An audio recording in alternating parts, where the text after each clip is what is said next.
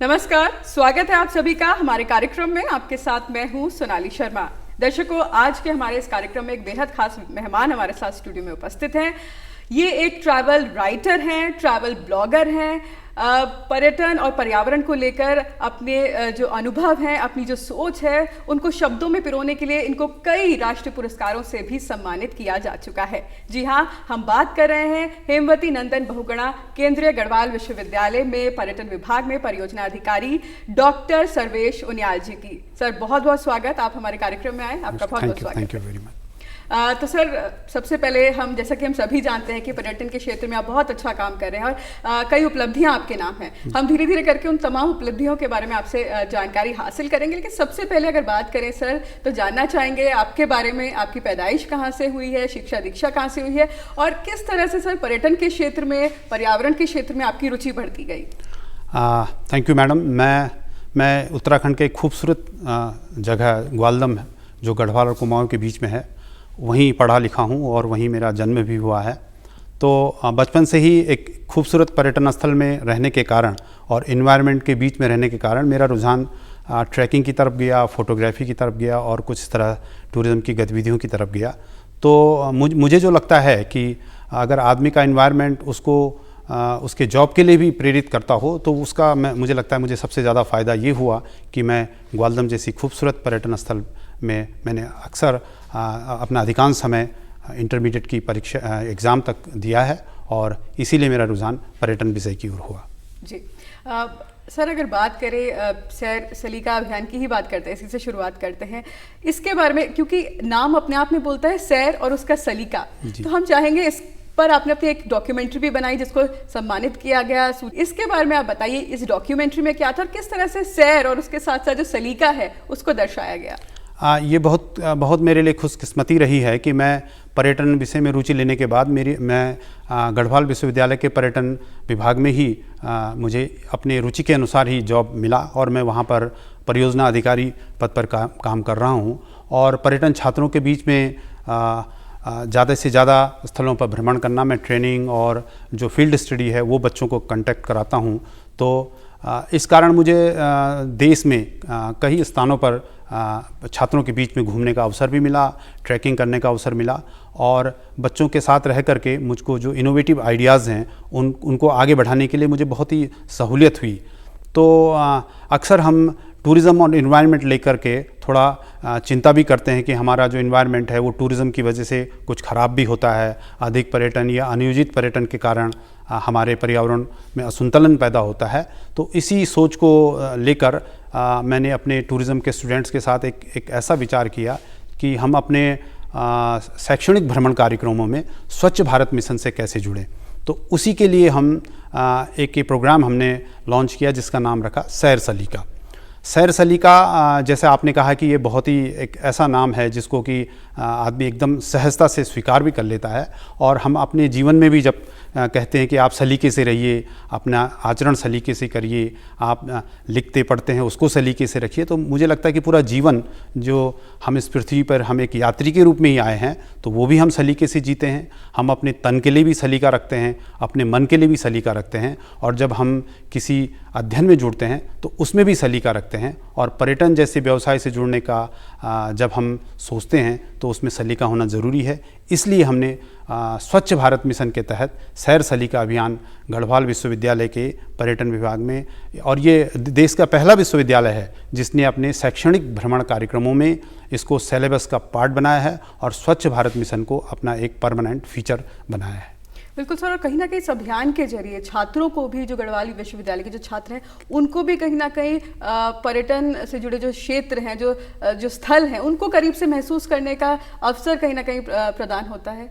हाँ, जैसे हम लोगों ने ये वर्ष 2016 में इसको जयपुर के अल्बर्ट हॉल में हम लोग जब विज़िट में गए थे तो वहाँ हमने सैर सलीके का पहला प्रोग्राम चलाया और जब सारे बच्चे कुछ सैर सलीके की टी शर्ट लेकर के विज़िट के साथ साथ वहाँ पर स्वच्छता अभियान हम लोग चला रहे थे तो हमको भारी समर्थन वहाँ मिला और वहाँ पर काफ़ी लोग हमसे जुड़ने लगे, पूछने लगे आप कहाँ से आए हैं और आप ये क्यों कर रहे हैं, आपका कॉन्सेप्ट क्या है। तो हमने कहा कि नहीं, हम तो घूमने आए हैं और एक घंटा जो है हम लोग स्वच्छता अभियान भी चलाते हैं अपने भ्रमण कार्यक्रम में। तो धीरे धीरे ये पूरे देश में सैर सैली का अभियान चला और जब माननीय प्रधानमंत्री जी ने स्वच्छ भारत मिशन के लिए एक जन जागरूकता पूरे देश में फैलाई, तो ये हम अतुल्य भारत के अंतर्गत भी सैर सैली का अभियान को जो है स्वच्छ भारत अभियान के तहत जोड़ते हुए इस अभियान को निरंतर आगे बढ़ा रहे हैं। बिल्कुल।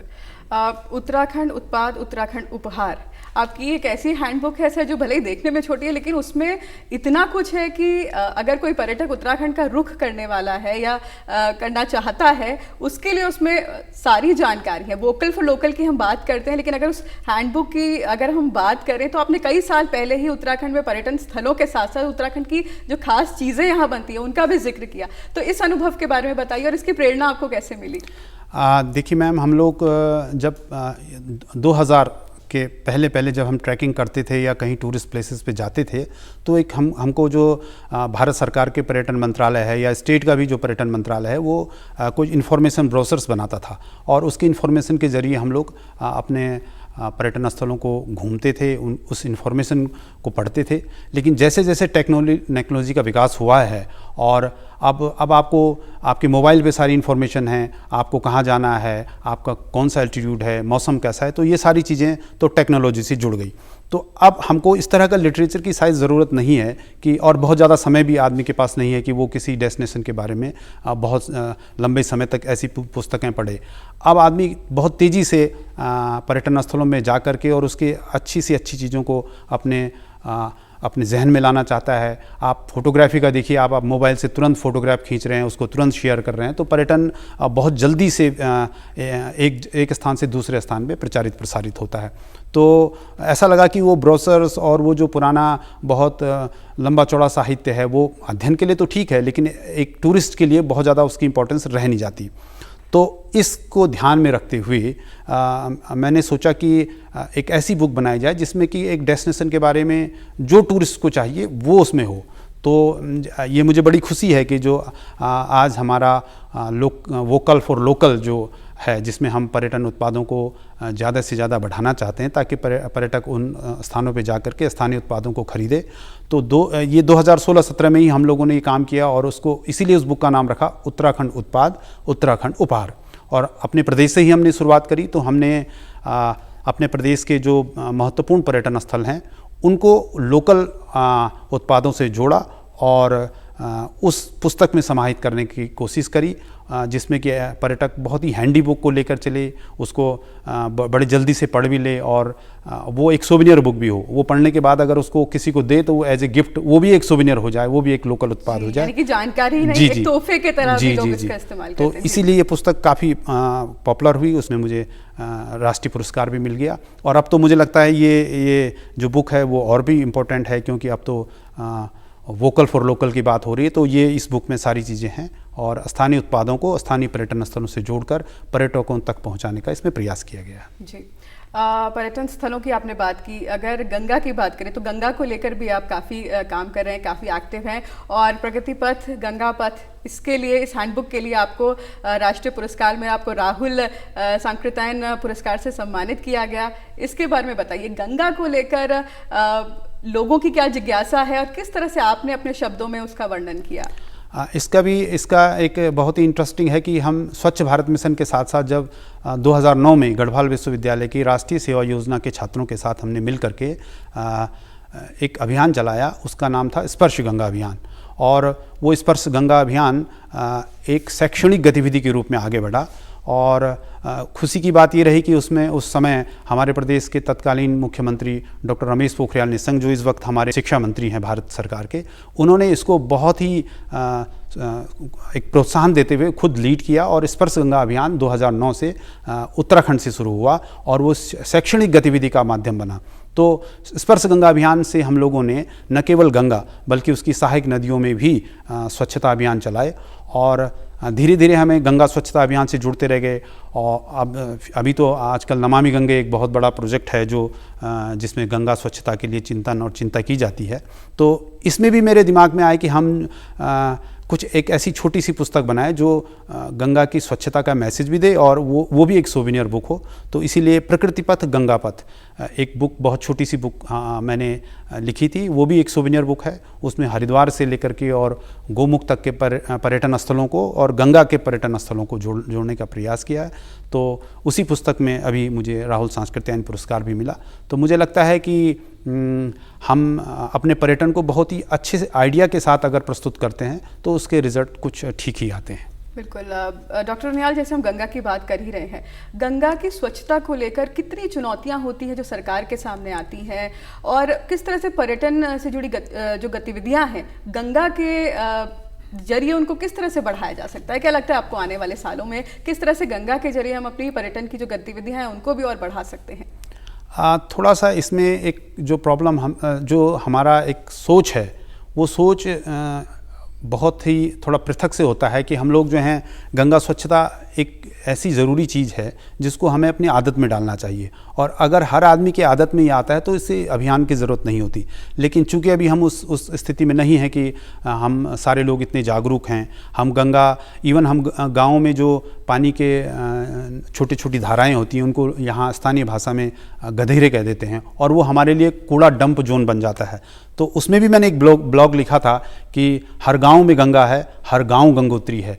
यानी हमारे जो गांव के गधेरे हैं वो कोई डंपिंग यार्ड नहीं है, और वो भी गंगा है, उसे भी गंगा की तरह हम समझें। और अगर गंगा जल पवित्र मानते हैं तो गंगा की जितने भी उसमें जल धाराएँ मिलती हैं उसको हम उसकी पवित्रता का ध्यान रखें। चूँकि हमारी संस्कृति में, हमारे समाज में और हमारे पूरी लोक संस्कृति में गंगा को बहुत ही महत्व से देखा जाता है। हमारे लोकगीतों में भी गंगा स्वच्छता के बारे में जिक्र होता है। तो ऐसा नहीं है कि गंगा स्वच्छता के लिए बहुत ज़्यादा चुनौतियां उत्तराखंड में होनी चाहिए, लेकिन फिर भी जिसको टूरिज़्म के हिसाब से हम कहते हैं कि बहुत सारे पर्यटक आते हैं और अवेयरनेस की वजह से कुछ गंदगी होती है। लेकिन अभी कुछ हम लोगों ने जितने भी पूरे देश में जो गंगा स्वच्छता अभियान चल रहा है, स्वच्छ भारत अभियान चल रहा है, इससे काफ़ी हद तक हमें सफलता मिल रही है। और पर्यटन स्थलों पर भी हम लोग कोशिश करते हैं कि कुछ इस तरह के अवेयरनेस प्रोग्राम चलाए जाएं जिससे कि गंगा की स्वच्छता का भी ध्यान रखा जाए और पर्यटन स्थलों में भी स्वच्छता बनी रहे। जी बिल्कुल। डॉक्टर उनियाल, आप अलग अलग राज्यों में भी जाते हैं और अपने जो छात्र हैं उनको लेकर भी जाते हैं। उत्तराखंड और अगर दूसरे राज्यों की बात करें तो पर्यटन से जुड़े जो तमाम कार्य हो रहे हैं, कितना भिन्न या उत्तराखंड में कितने बेहतर यहाँ पर कार्य हो रहे हैं जो दूसरे राज्यों में आपने भी वहाँ पर भी अनुभव आपने किया होगा, तो कितना और कुछ करने की इस क्षेत्र में ज़रूरत है प्रदेश को, और हमारी स्थिति आने वाले सालों में कितनी और बेहतर होगी? क्योंकि पर्यटन हमारी जो आय है उत्तराखंड की उसका एक मुख्य स्रोत माना जाता है। मैं लगभग देश के सभी पर्यटन राज्यों में घूमता हूँ, उसकी फील्ड स्टडी भी करता हूँ। तो मुझे अपना प्रदेश, तो इसीलिए मैंने ब्लॉग भी लिखा था कि उत्तराखंड खास है। उत्तराखंड से खास तो मुझे कहीं कोई प्रदेश लगा नहीं। अब इसका कोई और वजह तो नहीं है, क्योंकि इसमें हमारे पास हिमालय है, गंगा है, नेचर है, वाइल्ड लाइफ है, और समुद्र को छोड़ दें तो समुद्र में भी वो हम लोग जो गंगा के तट पे जो रहते हैं उसको समुद्र की फीलिंग भी हम पे आती है। तो इसलिए हमारे पास सारे के सारी जो पर्यटन की विधाएं हैं उसके लिए बहुत सारा स्कोप उत्तराखंड में है। लेकिन उसको कैसे इम्प्लीमेंट किया जाए, इसमें थोड़ा हम लोग शायद पीछे हैं। हमारा जो थोड़ा सा जो जिसको कहना चाहिए कि हमारे जो सुविधाएं हैं उस पर हमको थोड़ा ध्यान देना पड़ेगा और हम लोगों को सोच बदलना पड़ेगा। हम एक बात बार बार कहते हैं कि पर्यटन स्थल के रूप में विकसित किया जाएगा किसी स्थान को, तो मुझे लगता नहीं कि किसी स्थान को विकसित करने की ज़रूरत है, वो तो खुद ही विकसित है। उसको संरक्षित करने की ज़रूरत है। और इसलिए मेरा जोर ये रहता है कि जैसे हमारे जो इतनी खूबसूरत हिल स्टेशंस हैं उसको आप ज़्यादा छेड़ने की ज़रूरत नहीं है, उसे संरक्षित करने की ज़रूरत है। उसमें स्वच्छता की ज़रूरत है, उसमें मूलभूत सुविधाओं की ज़रूरत है। हम 4 धाम यात्रा के लिए जाते हैं तो जिसको रोड साइड एमिनिटीज़ हम कह सकते हैं, मार्गीय सुविधाओं में हम थोड़ा सा पीछे हैं। रास्ते में जितने यात्री आते हैं उनकी सुविधाओं को हमको विकसित करना है। हमारे प्रदेश में पर्यटन की जितनी गतिविधियां चल रही हैं उनको हमको संरक्षित रखते हुए ही पर्यटन को विकास को सोचना पड़ेगा। अन्यथा हमारा प्रदेश सभी राज्यों में मुझे लगता है सबसे बेहतर हमारे पास संभावनाएं हैं। और पर्यटन को आकर्षित करने की तो इसमें जैसे सभी जब से हमें पर्यटन मैंने देखा है, सब कहते हैं कि पर्यटन की असीम संभावना है, लेकिन संभावनाएं तो हैं, तो उसको अवसर में कैसे बदलना है ये भी एक हम लोगों के लिए चुनौती है। बिल्कुल।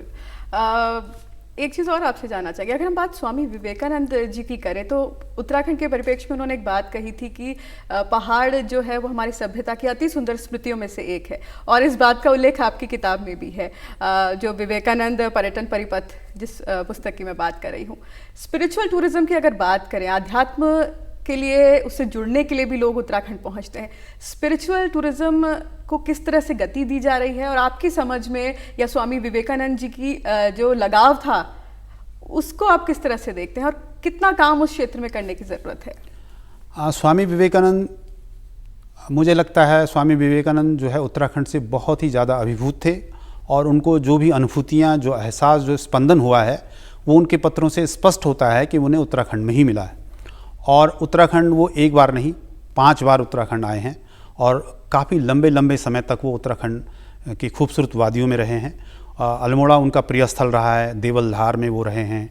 उसके अलावा वो काकड़ी घाट एक जगह है, अल्मोड़ा और नैनीताल के बीच में जगह पड़ती है, तो वहाँ पर उन्होंने योग ध्यान किया। तो जो शिकागो में जो उनका जो वक्तव्य आया था, और उसमें जो उनको अनुभूति हुई वो काकड़ी घाट से ही है, और जो उनको वहाँ पे अणु परमाणु वाला जो एक कि मानव के शरीर के अंदर ये सब शक्तियाँ हैं, वो उनको वहाँ पर महसूस हुआ। उन्होंने अपने मित्रों के साथ इस बात को साझा किया, उन्होंने कई जगह इसका जिक्र किया है, और उसी तथ्य को लेकर के उन्होंने शिकागो में अपने भाषण के मुख्य अंश के रूप में भी वो अनुभव किया, उसे बोला।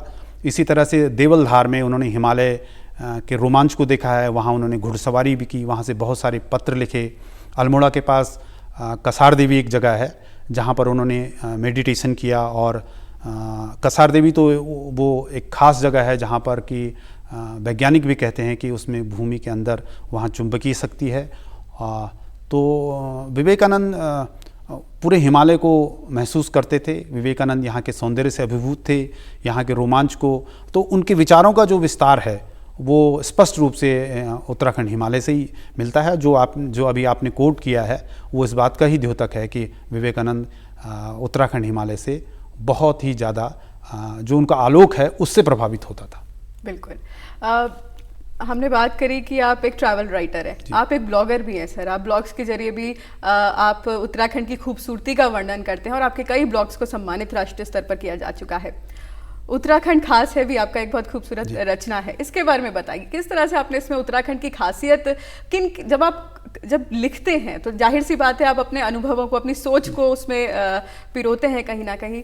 जब आप अपना ब्लॉग लिखते हैं तो किस तरह के आपको रिएक्शंस लोगों से मिलते हैं, या जो दूर दराज में लोग रहते हैं किस तरह से आपसे संपर्क करते हैं उन ब्लॉग्स को पढ़ने के बाद? उस अनुभव के बारे में बताइए। ब्लॉग लिखना तो मैंने अचानक ही शुरू करा। एक भारत के पर्यटन मंत्रालय द्वारा एक प्रतियोगिता की गई थी अखिल भारतीय राष्ट्रीय स्तर पर कि आप जो है पर्यटन स्थल पर कुछ लाइनें लिखें। तो मुझे ये भी मालूम नहीं था कि उसको कैसे लिखना है। ब्लॉग के बारे में मुझे बहुत ज़्यादा मालूम नहीं था, लेकिन मुझे लगा कि मैं अपने स्टेट के बारे में लिखता हूँ। तो मैंने कुछ 5-6 लाइनें जो मुझे थोड़ा सा याद है, मैंने ऐसा लिखा था कि हिम शिखरों को चूमने का, गंगा को छूने का, आस्था में झुकने का, रोमांच में चलने का और प्रकृति में रुकने का एहसास है, उत्तराखंड खास है। तो ये एक ऐसे लिख करके उसमें मैंने सबमिट कर दिया। तो बाद में मुझे पता चला कि मैं उसका विनर हो चुका हूँ। तो फिर मुझे लगा कि देखिए, मैं जितनी भी इसमें विधाएं हैं टूरिज़्म की, वो सब एक बहुत छोटे से कैप्शन में आ गई हैं, एक टैगलाइन में आ गई हैं। और तो उसके बाद मैंने ब्लॉग लिखने शुरू करे और छोटे छोटे ब्लॉग मैंने लिखे हैं। फिर मैं एक बार राजस्थान गया तो कि राजस्थान में एक पर्यटन अधिकारी ने मुझसे ऐसे ही चलते चलते पूछ लिया कि आप हमारे लिए भी ब्लॉग लिख दीजिए। तो मैंने कहा हाँ लिख देंगे। तो मैंने कहा मैं 1 घंटे बाद आपको एक ब्लॉग लिख के दूंगा। तो मैंने उनको सिंपल से 2 लाइन में लिखा कि पगड़ी से पहचान राजस्थान। तो ये एक ब्लॉग हो गया। इस तरह से मतलब बहुत छोटी चीज़ें जो कैची हों और आदमी को एकदम टच करे, वो ब्लॉग के जरिए। और यही एक बहुत अच्छा माध्यम है कि आप पर्यटन स्थलों को बड़े बड़े ऐड की बजाय छोटे छोटे ब्लॉग्स के जरिए अपने पर्यटन स्थलों को प्रचारित प्रसारित करें। इसकी शायद ज़रूरत उत्तराखंड को ज़्यादा है। जब आप पूरे देश के बारे में सोचते हैं तो आपने देखा होगा मध्य प्रदेश टूरिज़्म के बहुत खूबसूरत ब्लॉग्स के जरिए विज्ञापन आते हैं, इसी तरह राजस्थान के भी आते हैं। लेकिन अभी उत्तराखंड में इस तरह के ब्लॉग्स का थोड़ा सा मुझे लगता है कि वो ट्रेंड नहीं है। और इसी तरह के ब्लॉग के जरिए, इस तरह के टैगलाइन के जरिए यहाँ के पर्यटन स्थलों को प्रचारित प्रसारित करना चाहिए। और कहीं ना कहीं जैसे आप टैग की बात कर रहे हैं, ब्लॉग्स की बात कर रहे हैं, आपकी जो हैंड बुक्स हैं वो भी बहुत हैंडी हैं, छोटे से उसमें आपने एक बहुत बड़ी बड़ी आप चीज़ें बता देते हैं। जी। उत्तराखंड जो लोग आना चाहते हैं, खासतौर पर कौन कौन से ऐसे वो क्षेत्र हैं, कौन कौन से जो स्थल हैं सर, जो वाकई आप चाहेंगे कि कोई दूर से आए? वैसे तो उत्तराखंड हमारा पूरा ही बेहद खूबसूरत है, लेकिन कौन कौन से स्थल है जो आप चाहेंगे कि लोग आएँ और यहाँ पर ज़रूर पहुँचे, इन जगहों पर ज़रूर उन जगहों को देखें, महसूस करें? उत्तराखंड तो पूरा ही बहुत ही खूबसूरत है। जब आप उत्तराखंड में एंटर करते हैं हरिद्वार से और ऋषिकेश की तरफ एंटर करते हैं तो बहुत ही खूबसूरत जगह हैं, लेकिन कुछ स्थान ऐसे हैं जिनको ज़रूर विज़िट करना चाहिए। अगर आप गंगोत्री की तरफ जा रहे हैं तो आपको हर्सिल ज़रूर विज़िट करना चाहिए। हर्सिल एक बहुत ही खूबसूरत जगह है जहाँ पे आपको गंगा, हिमालय, कल्चर और इन्वायरमेंट सारी चीज़ें एक जगह पे मिल जाती हैं।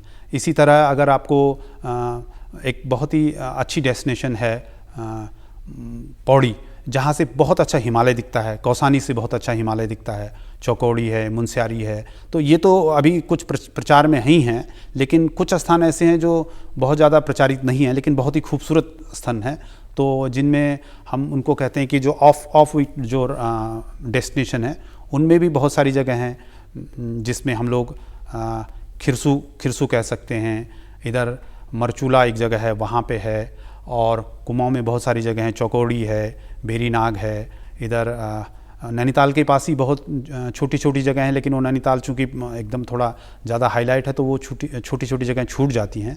तो किलवरी है, इस तरह के बहुत सारी खूबसूरत जगह हैं जहाँ पे आप पूरा नेचर और हिमालय इसको एहसास कर सकते हैं। होम स्टे का जिक्र आपने किया सर, हमने देखा है पिछले कुछ सालों से होम स्टे सामने आए हैं और सरकार भी होम स्टे को प्रोत्साहित कर रही है। होम स्टे को लेकर क्या कुछ आप बताना चाहेंगे और किस तरह से पर्यटन जो आते हैं, जो पर्यटक दूसरे क्षेत्रों से आते हैं, किस तरह से होम स्टे में रहते हैं, और उत्तराखंड की जो अगर वो बहुत दूर नहीं जा सकते तो पास के इलाकों में जो होम स्टे बनाए हैं वहाँ पर वो पहाड़ का पूरा आनंद कहीं ना कहीं ले सकते हैं?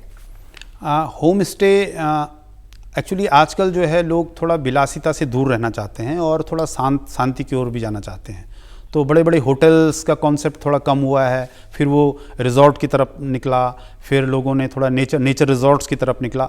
अब वो कोशिश करते हैं कि वो बहुत सादा हो, साफ़ सुथरा हो, हाइजीन पे ज़्यादा जोर है। हाइजीन ही ज़रूरत भी है कि हाइजीन अगर ठीक हो, स्वच्छता ज़्यादा ज़रूरी है। तो इसके लिए सब लोग चाहते हैं कि वो कुछ ऐसे छोटे स्थान पे जाएं जहाँ पर वो प्रकृति के बीच अपने को महसूस करें, संस्कृति के बीच में अपने को महसूस करें, वहाँ की लोक कला, संस्कृति, साहित्य से सीधे रूबरू हों। और अगर बड़े हिल स्टेशंस में हम जाते हैं तो भीड़ भड़ाका बहुत होता है, तो हम उसको कनेक्ट नहीं कर पाते। इसलिए होम स्टे का कॉन्सेप्ट चला है और उत्तराखंड में भी होम स्टे काफ़ी ठीक से अभी चल रहा है। काफ़ी जो टूरिज़्म के कुछ स्टूडेंट्स हैं उन्होंने अपने शुरू कर दिए हैं, कुछ लोग इंडस्ट्री से आकर के एक चेन बना करके भी इसको कर रहे हैं। और ये केवल एकदम दूर गांव में नहीं है, शहर के पास आसपास भी, हमें देहरादून में भी बहुत सारे होम स्टेज़ हैं। यहाँ पर आपका थानों के पास 2-3 बहुत अच्छे होम स्टे बने हैं, मसूरी के पास होम स्टे हैं, चंबा में हैं, और कानाताल वाले इलाके में तो बहुत सारे होम स्टेज़ हैं। पौड़ी में लगभग सभी जगह पर बहुत ही अच्छी क्वालिटी के होम स्टेज़ बने हैं। और उनकी मार्केटिंग का भी एक बहुत अच्छा तरीका है, वो लोग अपनी मार्केटिंग करते हैं और जो टूरिस्ट वहाँ आते हैं, जो सैलानी वहाँ आते हैं, तो वो उसका पूरा आनंद भी उठाते हैं, वो उस पूरे इन्वायरमेंट को समझते भी हैं, लोक संस्कृति को भी जानते हैं। और ये होम स्टे केवल सैलानी तक सीमित नहीं रहा, इसमें शोधार्थी आ रहे हैं, ऑथर्स आ रहे हैं, लेखक भी इन होम स्टेज़ में आ रहे हैं, और इवन बड़े बड़े फिल्म मेकर्स भी होम स्टे में रह करके अपनी फिल्म की स्टोरी लिख रहे हैं। तो ये हमारे उत्तराखंड के लिए बहुत अच्छा एक अच्छा समय आएगा जब हमारे होम स्टे बहुत अच्छे से लोगों को अट्रैक्ट करेंगे। जी, एक आखिरी सवाल आपसे डॉक्टर निहाल पूछना चाहती हूँ कि उत्तराखंड आने का जो लोग सोच रहे हैं, जो पर्यटक यहाँ आने की सोच रहे हैं, उनको आप क्या कहेंगे, और आने वाले समय में हम आपकी अब अगली कौन सी रचना देखने जा रहे हैं जिस पर आप अभी वर्तमान में काम कर रहे होंगे? उत्तराखंड में आने वाले पर्यटकों के लिए तो मैं यही कह सकता हूँ कि इससे सुरक्षित जगह तो कोई है नहीं।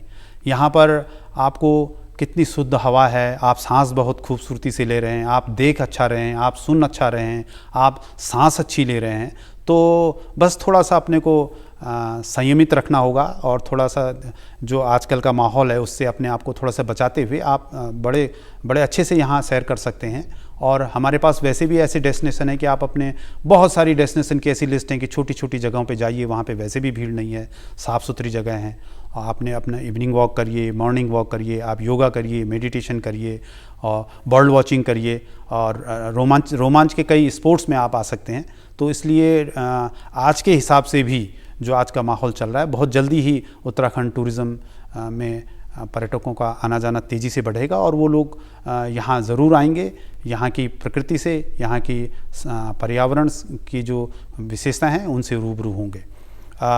जो आपने एक प्रश्न पूछा है कि मैं आगे क्या क्या कुछ करूँगा, तो मुझे, जैसे मैंने अभी एक विवेकानंद पर्यटन पथ जो आपने प्रश्न पूछा था, उसमें मैंने एक डॉक्यूमेंट्री भी बनाई है और मेरा कोशिश रहेगा कि एक भारत श्रेष्ठ भारत जो भारत सरकार की एक स्कीम भी है, उसके तहत युवाओं को उत्तराखंड में विवेकानंद पर्यटन पथ पर आकर्षित किया जाए और सारी यूनिवर्सिटीज़ में, सारे स्कूल्स में वो एक सर्किट के रूप में हमने बनाया है। उसके लिए एक बुक भी मेरी आई है और वो उसके ज़रिए हम जिन जिन जगहों पर विवेकानंद जी गए हैं उन जगहों पर युवाओं को आकर्षित करने का प्रयास करेंगे, उसकी ब्रांडिंग करेंगे विवेकानंद पर्यटन पथ के रूप में।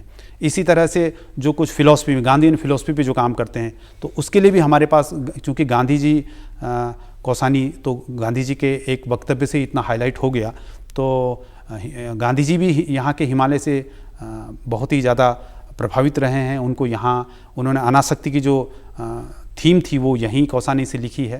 तो गांधी पर्यटन पथ पर भी हम लोग काम करेंगे ताकि जो गांधी फिलॉसफी वाले हैं, राइटर हैं, वो भी गांधी पर्यटन स्थलों पर आएँ।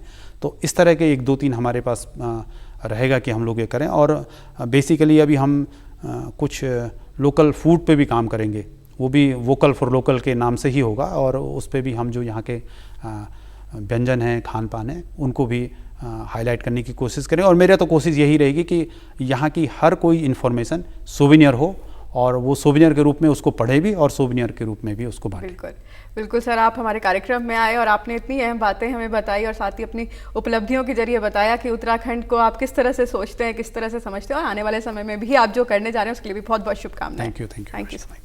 उम्मीद करते हैं आपको आज का हमारा कार्यक्रम पसंद आया होगा। फिलहाल के लिए इजाज़त दीजिए, नमस्कार।